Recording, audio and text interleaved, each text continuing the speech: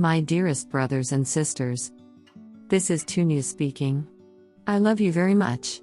Today I would like to discuss polyamory, or poly in short. This is having multiple romantic and sexual relationships at the same time. My overall message is that a good number of people who right now are practicing polygamy would probably be happier with monogamy. Yes, polyamory indeed is the best relationship style for a small group of people. Yes, polyamory can work. However, just because something can work, doesn't mean that it's likely to work. In fact, polyamory usually fails. Happy polyamorous relationships that last a long time are the rule, not the exception. Society has a distorted view about this because people love sharing. I feel so happy in my polyamorous relationship, while no one wants to share, so I gave the okay for polyamory and my partner started having sex with someone else. I then felt horribly insecure or jealous. The relationship broke down soon afterwards. Even though that last scenario is more common than people actually having a happy long-term polyamorous relationship. And even if someone right now is genuinely happy in a poly relationship, that doesn't mean that he or she will still be happy in a poly relationship 10 years down the line.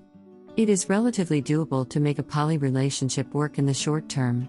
It is much harder to have it work in the medium or long term. Most people advocating for poly have never been in a long-term poly relationship. Sure, they might say I believe that my current poly relationship will last for the long term, but few people can actually say my poly relationship has lasted for the long term. That is because most polyamorous relationships don't. And then you could ask yourself, do you want to employ a dating strategy that likely leads to relatively short-term flings and resulting breakups and heartaches and then finding another partner? The simple truth is that most people get jealous or insecure if their partner has sex with someone else. And yes, you can talk about that, you can express that, but doing so doesn't always make the jealousy or insecurity go away. Let's suppose that Sally and Tom have a pretty good relationship, but things have gotten just a bit stale and predictable. Sally asks for polyamory, and Tom doesn't really want that, but he does want to make her happy and is afraid that she will leave if he refuses. So Sally starts having sex with someone else. Tom feels insecure or jealous, and this isn't going away after a brief conversation. Then Sally will feel quite tempted to spend less time with Tom and spend more time with her new, shiny, exciting second partner, because at that moment the second partner is more fun to be around. And then Tom feels even more jealous and insecure or abandoned. Usually that just leads to Tom getting really hurt and the relationship ending. But Tom was a pretty good partner for Sally, and him being jealous isn't really a big character flaw, it's actually very common. And now Sally is together with someone who she primarily selected for hot sex and being fun to be around. So this second person may not actually be a good relationship partner outside of some fun adventures together. And so it is entirely possible that in this scenario, both Sally and Tom end up worse off in the medium term. It's entirely possible that instead of introducing polyamory, Sally and Tom should just have worked on their relationship, and tried out some new activities or spent a holiday doing something exciting or tried some new sex positions or sex toys. Movies and social media have given some people a skewed idea of how relations should be. It's entirely normal that after a certain period of time, things start feeling a bit familiar and not as exciting anymore as they were when you were newly in love. Or if from Sally's perspective the relationship just isn't ever going to work, then it may have been kinder for her to just break up with Tom, and only then start having fun with or dating some third person. Sure, if Tom was genuinely excited for polyamory, then absolutely you can try out polyamory. But in this example, Tom didn't really want to be polyamorous. It can be cruel to force someone who you love, or at least loved, to choose between either the pain of saying no to poly and disappointing their love and risking getting dumped, or saying yes to poly and having to deal with the pain of their love having sex with someone else. In some cases, when one person wants to introduce poly into the relationship, it would be better to either work on the relationship in a conventional way, or to simply end the relationship instead. To convince him to agree to poly, Sally might have said to Tom, "Don't worry, you will be my primary poly partner, and I'll make sure that your needs are met first." But then in practice, of course, Sally will want to spend a lot of time with and attention on her fun, exciting, sexy new partner. And nearly everyone is overworked and tired and has a full calendar, So in practice, this usually means Sally spending less time and attention on Tom and having less sex with him. And then Tom may feel on an emotional level that Sally betrayed him. After all, she promised that his needs would be met first, but now they're not. And he also doesn't really have any recourse here. It's not going to work for him to tell Sally, "I demand that you keep your promise and less sex with your new partner and have more sex with me," even though you clearly at this moment you're more excited about sex with this new person. From Sally's perspective, shouldn't she be having sex with the person who she wants to have sex with? But if she does, Tom may feel, at least on an emotional level, that Sally betrayed him. As you can see, things can get painful and very messy, very quickly in polyamorous relationships. And these aren't uncommon or super specific examples. It happens all the time that someone gets jealous or insecure, or that someone gets hurt because their partner isn't spending that much time and attention on them anymore now that there's a new partner in the mix. Now sure, it may be the case that both Sally and Tom are genuinely excited about poly, and both find a very fun new person to be with, and everything is great and everyone is happy. Can that happen? Sure. If everyone involved is excited to try out polyamory, then go for it. I'm not saying that polyamory should never be practiced, or that it never works. Poly does sometimes work, and for some people, poly is indeed the best relationship structure. I just think that there are a bunch of people out there right now who are doing poly and who would be happier with a traditional, monogamous relationship structure. It's also true that some people genuinely aren't jealous or insecure when their partner has sex with another person. But that's a minority of people, not a majority. And so if your partner isn't actively excited about polyamory, then you shouldn't assume that they won't become jealous or insecure if you start having sex with another person. In fact, some people are excited about polyamory, but then when their partner actually starts having sex with another person and also quite possibly has a bit less sex with them, then they may find that they become jealous or insecure anyway. In most cases, you can talk about jealousy, insecurity, but after talking about it, it is still there. And if people can choose between having amazing sex with their shiny new second partner or spending tons of quality time with their old insecure first partner to reassure them and mitigate their insecurity somewhat, well, often people are going to go for the amazing sex with a shiny new partner. In that case, yeah, two people are probably enjoying themselves. And the third person is feeling awful. Insecurity is deeply rooted in people and not easy to just get over. For one, society keeps implying that people are not good enough, for example by constantly showing pictures of beautiful and photoshopped models. Also, if a woman's husband had sex with another woman in previous centuries, then it's possible that he'd leave her and she and maybe their young children would starve to death. Similarly, it happens more often on Earth than people think that men raise a child that they falsely believe is their own, which is catastrophic from a passing on your genes perspective. With all this ancestral trauma, it's not so easy to just get over insecurity or jealousy. This insecurity is further increased because in practical reality, polyamory often means that the bond between the two initial partners becomes shallower. The simple reality is that almost everyone is busy and tired and overworked, and few people have the time and energy to add another entire relationship to their life without reducing time and energy spent on their initial relationship.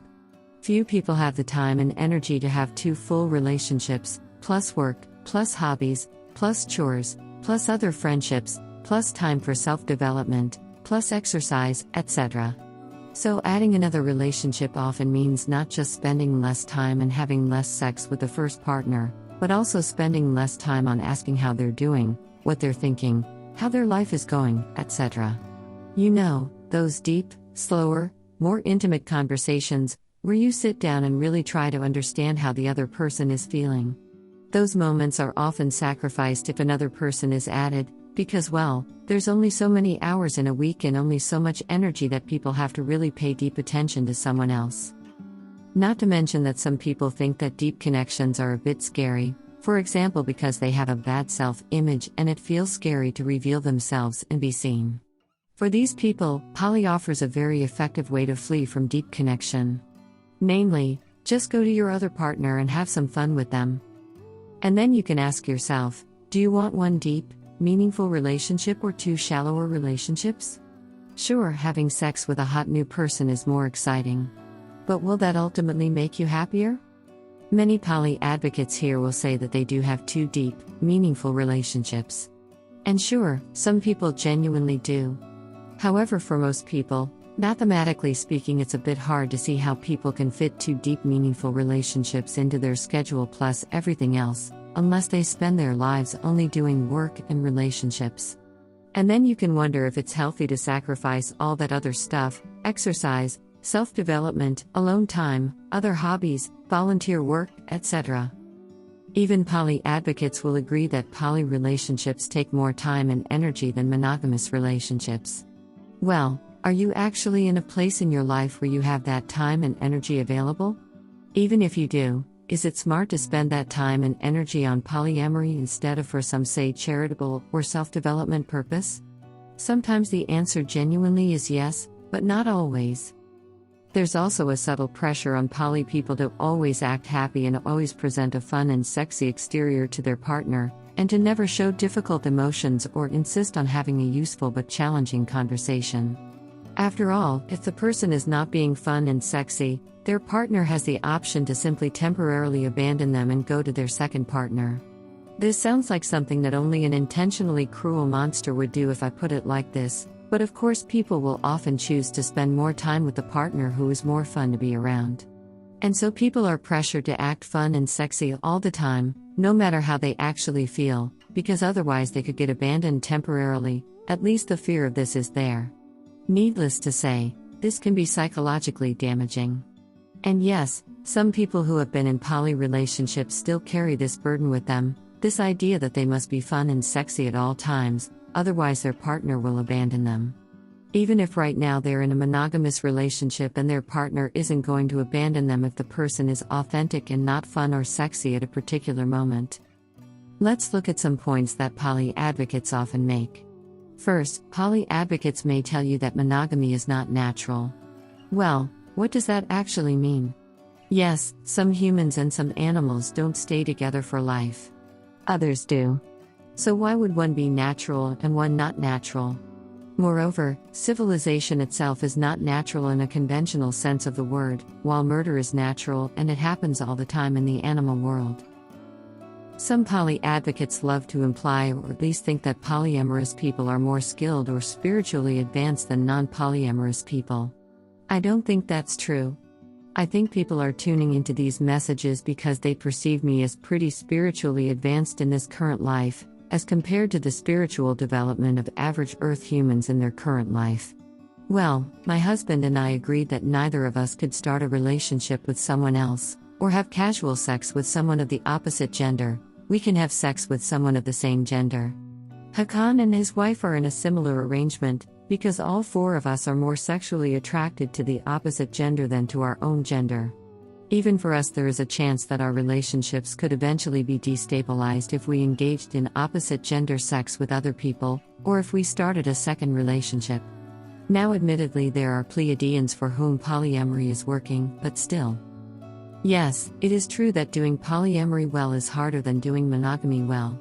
But not everyone who advocates for polyamory or does polyamory actually does it well. Just because someone is in a polyamorous relationship doesn't automatically mean that they are better at relationships than a monogamous person. Moreover, doing something that has a greater chance of failure does not automatically make you a better or more skilled person than other people. We think very few Earth humans are actually highly emotionally safe to be with, as I explained in my previous relationship messages, which we Pleiadians see as a core skill to even be in a monogamous relationship. And if relatively few people are even able to maintain a monogamous relationship, with the current very high divorce rates, then is it smart to do relationships on hard mode, i.e. poly? To me, it seems a bit like trying to run before you can walk. An argument that poly people use is that 2 consenting adults should be able to do whatever they want. And sure, I am absolutely not saying that poly should be banned. Indeed, poly genuinely is the best relationship structure. For some people. That said, in some, not all, situations, one person will ask for a poly relationship, and the other person may feel scared that the other person will leave. Sometimes the person asking for the poly relationship explicitly threatens to leave, And sometimes the person asking for a poly relationship doesn't say that and doesn't even intend to leave if the poly suggestion is refused, however, the other person still feels threatened. After all, the thought of the person you love leaving you is a genuinely painful and threatening thought indeed. And so it often happens that the less enthusiastic person agrees to poly, not because they want to, but because they feel threatened. And to what extent can you say that? Well, the less enthusiastic person consented to poly after all, if that person felt threatened that the love of their life was going to leave them? And then if the less enthusiastic person gets hurt, and often they do, then usually it is said that they consented to this, after all. Yes, they consented, but under what circumstances did they consent?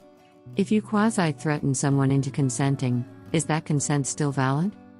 If someone says, "Hey, if you don't agree to move to Portugal with me, I may leave you," then everyone would call that a not okay way to treat your partner, and if the trip to Portugal then went poorly, they'd put the blame on the Portugal pusher.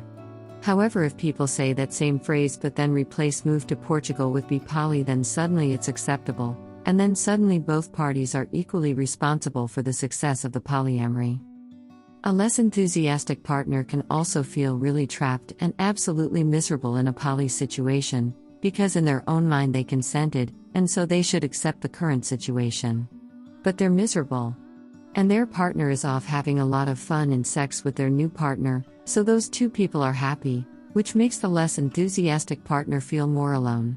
This less enthusiastic person might remain trapped in an agonizing way for quite a while like this, if he or she can't bring themselves to break up with the person whom they love. Which is also painful to do, of course. People can really get hurt very deeply this way. So, how do you avoid these consent issues? Well, if possible, mention your poly preference very early on.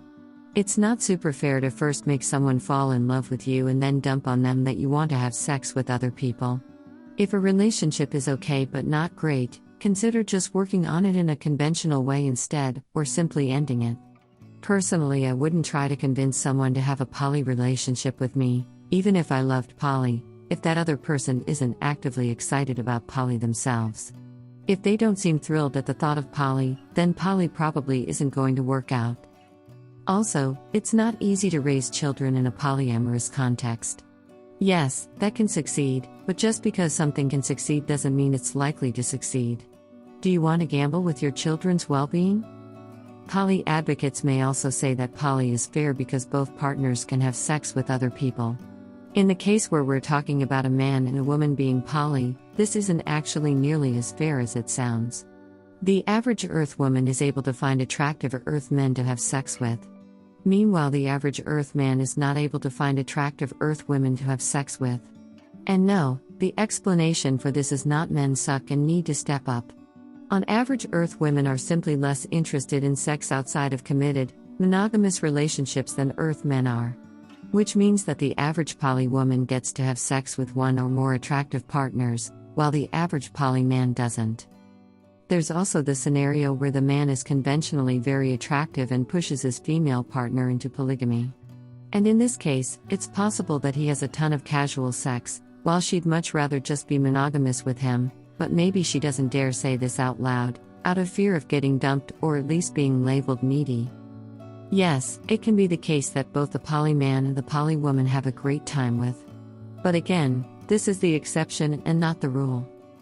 Having two relationships also means that there are twice as many people who can experience hardship in their life, which could mean that you may need to spend more time supporting people, if you actually want poly to be good for everyone involved, and aren't just planning on leaving your partners alone if they are suffering, which unfortunately does happens. Furthermore, we all know that some guys are just horny and want to sleep with multiple women for a while, but eventually they realize that they are happier in a stable monogamous relationship. Right? Well, now in 2023 those men, or women, may present themselves not as just being temporarily horny and hedonistic, but rather as simply inherently being poly, and people should accept them for who they are, and in fact they might even be more spiritually advanced than non-poly people. Well, it is true that a few people genuinely are wired to be poly and won't be truly happy any other way. But there's also a lot of people who consider themselves to be poly, when really they're just in a horny and hedonistic phase in their life. And there's nothing inherently wrong with that, but 1, that doesn't make you superior to other people, and 2, don't be too quick to claim that your polyness is an unchangeable fact and that you can only be happy in poly contexts for the rest of your life. Maybe an amazing monogamously minded partner comes along, and in this case, don't be too quick to reject him or her just because you trapped yourself in the box of your own self-concept. Saying I am X can often limit you from seeing other opportunities. In a lot of cases, polyamorous guys are just following their dick, and we know that it's not always smart for guys to follow their dick. Similarly, in a lot of cases, polyamorous women are just following their vagina, and it is equally true that it's not always smart for women to follow their vaginas.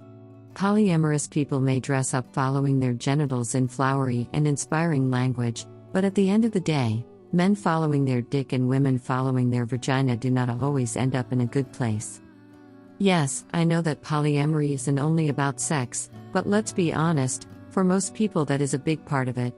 If it was about being emotionally connected to someone or being able to practice a new hobby or go to new kinds of events, then you could also just be monogamous and maintain a tight friendship with another person. Sure, if your partner does not enjoy a certain activity and you do enjoy that activity, then it can be good to find some third person to do that activity with. But you don't necessarily need to have sex with that third person. You can just find a friend to do that activity with. Similarly, people will say that they like polyamory because they enjoy feeling so much love, but you can also feel mutual platonic love for and from a friend. Or you can feel more love, just spending more quality time with your partner. The reasons that people state for being poly can often also be satisfied just by having a good friendship. Hence, often the desire for being poly is just the desire to have sex with more than one person. And there is nothing inherently wrong with that. I, too, enjoy sometimes having sex with another woman. But I am honest about why I am doing it. I am not primarily associating with those women because I desire love, or because I want to practice a certain hobby together, or because I want someone to attend a certain event with, or because I'm simply poly and this is who I am. I have sex with those women because I want sex. I think they're hot, and I want to kiss them and touch them and feel them. I like gently undressing other women and touching their breasts and feeling their skin and running my hands through their pubic hair and kissing their neck and hearing their breath quicken.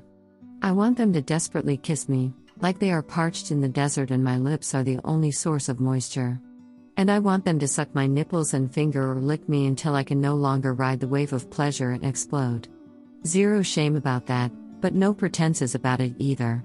I am honest to myself and others about why I am meeting up with those women. It's not because I want a gardening buddy.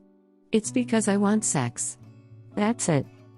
If poly people would more clearly communicate to their partner that they wanted more sexual excitement in their life, then maybe their partner would be able to satisfy that. A new sex toy is cheaper than a divorce. Yes, I know that being in a polygamous relationship has more advantages than just sex, but a polygamous relationship certainly also has more disadvantages than just trying to spice up your sex life with your partner in the normal way. You can't just look at the poly upsides and then decide it's a good idea, without considering what can go wrong and if you are willing to risk your existing relationship. Personally, if I noticed or was told by my husband that he wasn't getting as much sex as he wanted, then I would immediately stop having sex with anyone but him. Also, even if I feel attracted to another man than my husband, I don't act on that. I know which things are safe, having sex with other women, and which things could work out, but also could destabilize my relationship, and therefore are not worth risking, such as me having sex with another man. Perhaps if you and your potential poly partner are open and honest with each other, you can find certain areas that are safe to explore and to have fun with, but also certain areas that might work out but that also might not work out and that are therefore maybe not worth the risk. There are certainly more options and possible relationship configurations than either monogamy or classic polygamy. Just don't be too quick to assume that things that could work out actually will work out. Emotions can be unpredictable, after all. And just because something might work for a month, does not automatically mean that it will work out for the long term. From my point of view, it is not wise to build a relationship structure that only works as long as your life is going relatively smoothly. Any relationship structure that collapses as soon as life throws some challenges or curveballs at you, is probably not a good relationship structure, unless you want to go through heartbreak, and then through the process of finding a new partner every few years. Hence, for most Earth humans at this current moment in time, I would just recommend monogamy. Frankly, life is hard enough even without selecting some non-monogamous relationship structure, because those are more challenging and take a lot more time and effort. Even if you personally don't get jealous and if you are amazing at communication, even then polyamory still takes significantly more time and effort than monogamy. Maybe you have that time and energy right now, but would you still have that time and energy if something else in your life went dramatically wrong? Despite everything I have said in this message, it is still true that for some people, poly is the best lifestyle. And the criticism I have given about some poly practitioners doesn't apply to all poly practitioners. And yes, it is also true that some people are very happy in poly relationships for a long period of time. As always, I'm just sharing my perspective. I hope it was helpful. If you have a different perspective, or if you have experiences with polyamory, I would love to read them in the comments. Now excuse me, I've gotten myself in the mood. I'm off to see if one of my female acquaintances is available. And I don't mean available for gardening. With love, Tunia.